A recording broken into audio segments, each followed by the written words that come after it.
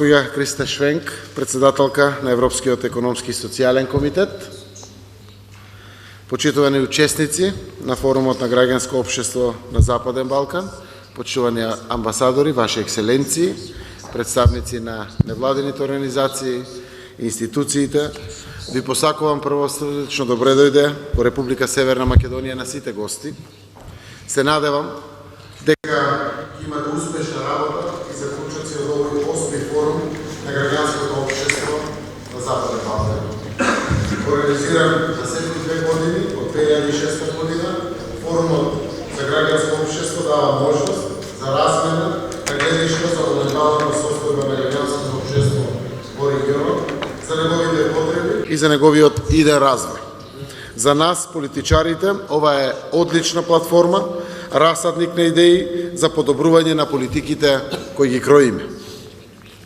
Првата тема во концепт документот за овој форум на граѓанското општество, зајакнување на пристапниот процес, кредибилна перспектива на Европската Унија за Западен Балкан, е вистинска тема во вистинско време. Темата е вистинска и од исклучителна важност за Западен Балкан и за Европската Унија заради наметнатата блокада за проширување која го доведува во прашање стратешкиот интерес на Брисел за проширување на Унијата со земјите од регионот со круцијална стратешка важност за Европа. Темата доаѓа во вистинско време затоа што сум уверен дека пораките од овој форум, исто како и пораките од посетите на председателката фон дер Лајен и еврокомесарот Вархеј, ќе стигнат до брдо кај Крањ во Словенија, кога на 6 октомври ќе се одржи самитот на Европската Унија за Западен Балкан. Очекуваме дека тие ваши пораки ќе ги реафирмираат одлуките на Европската комисија од март од 2020 година во врска со проширувањето на Европската Унија на Западен Балкан. Тогаш Европската комисија му препорача на Европскиот совет Северна Македонија и Албанија да ги започнат преговорите за членство. Сите земји членки на Европската Унија ја прифатија оваа одлука и се согласија дека интегрирањето на партнерите од Западен Балкан во Европската Унија представува геостратешка инвестиција во мирот, стабилноста, безбедноста и економскиот раст на целиот континент и дека Западен Балкан е составен дел на Европа и геостратешки приоритет на Европската Унија. За жал, Бугарија ја блокираше оваа одлука и таа блокада е се уште активна.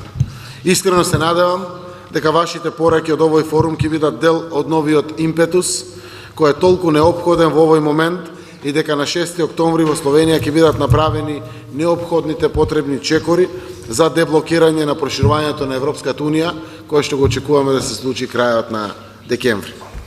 Нашиот напредок во Европската Унија и интеграциите во ЕУ првенствено треба да зависи од домашните реформи врзани со поглавјата, законодавството на Европската Унија и постигнување на европските стандарди.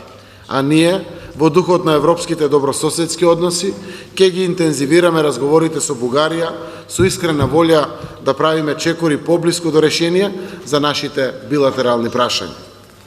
Почитувани, за да се обнови довербата во проширувањето и за да се зајакнат механизмите на Европската Унија за ефикасно спроведување на процесот за интеграција и за членство на своите природни сојузници од Западен Балкан, Брисел треба без резерви да го обезбеди пристапот на политичките лидери и на представниците на граѓанските организации од овој регион да учествуваат во активностите во рамките на конференцијата за еднината на Европа, бидејќи Западен Балкан е нераскинлив дел од Европската Унија. Ова е особено и суштински важно, бидејќи ако остане овој статус кво, без изгледни шанси за напредок, разочарувањето од блокадата на проширувањето ќе се прошири како канцер врз другите процеси за европеизација во земјите од Западен Балкан. Во таа насока, многу е важно да продолжат сите предвидени национални политики за зелената агенда за Западен Балкан, како дел од Европскиот зелен договор, со поддршката од економскиот и инвестицијскиот план за Западен Балкан на Европската Унија. Нема никакво сомневање и во нашите политики е апсолутно прифатено дека во справувањето со заедничките предизвици и проблеми, кои не се само политички, туку економски и социјални, социјалните партнери и граѓанските организации имаат клучна и суштинска улога со нивното активно вклучување во зелената агенда за Западен Балкан. Овој форум и натамошното вмрежување на граѓанските организации може да го даде дополнителниот придонес во градењето на капацитетите на граѓанските организации, а регионалната соработка, како и размената на експертиза, се во врвот на нашите владени политики за поддршка.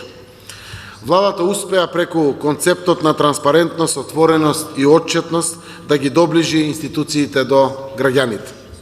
Преку граѓанските организации, преку синдикатите и другите граѓански здруженија, тие се вклучени во процесите за креирање на сите владени политики.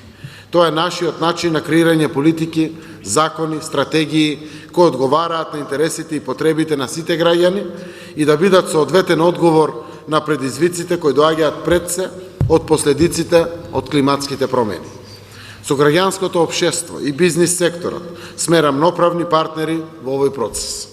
Покажавме посветеност за унапредување на сите столбови и процеси кои се дел од овие наши заложби.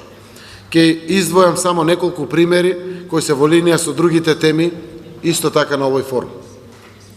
Кога започна COVID-19 пандемијата, веднаш го активиравме социјалниот диалог уште во раните фази и заедно со социјалните партнери креиравме мерки за облажување на последиците по здравјето на граѓаните и за зачувување на работните места.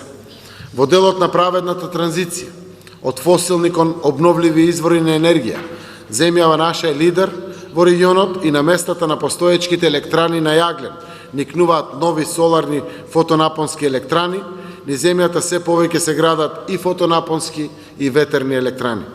Дополнителна вредност на оваа праведна транзиција е и грижата за работниците во енергетските капацитети на фосилни горива. Никој нема и не смее да биде запоставен или да остане без работно место при оваа енергетска транзиција. Нашата политика во финансиската поддршка на инвестициите во електраните со обновливи извори е за секој мегават едно ново работно место. За нас социјалната правда не е еден чин, туку постојана борба за унапредување на нашето еднакво општество за сите. Таа борба не мотивира да сме истрајни и да се вложуваме уште повеќе. Уште повеќе родова еднаквост, уште повеќе економска еднаквост, уште повеќе за социјалната еднаквост. Дел од нашата зелена агенда е грижата за природните богатства. Ја прогласивме за национален парк нашата убавина на природата Шар планина, планина со најголем број врвови повисоки од 2000 метри. Со прогласувањето на делот Шар планина за заштитено подрачје, односно за национален парк, нашата држава го добива 4-тиот национален парк и прв од прогласувањето на независноста и прв нов национален парк после 60 години. Со националниот парк Шар планина и со Осоговските планини и планината Водно како заштитени подрачја, вкупната површина на заштитени планини на национално ниво сега изнесува 13,2% од севкупната територија на Северна Македонија.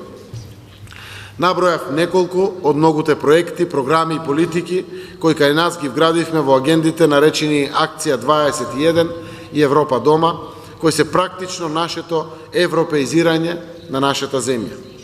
Почитувани присутни, со ова го завршувам моето обраќање на отварањето на форумот на граѓанските организации за Западен Балкан и однапред се радувам на пораките кои за нас ќе бидат насоки за унапредување на нашите политики за европеизација на нашето општество. Посакувам успешен форум. Благодарам.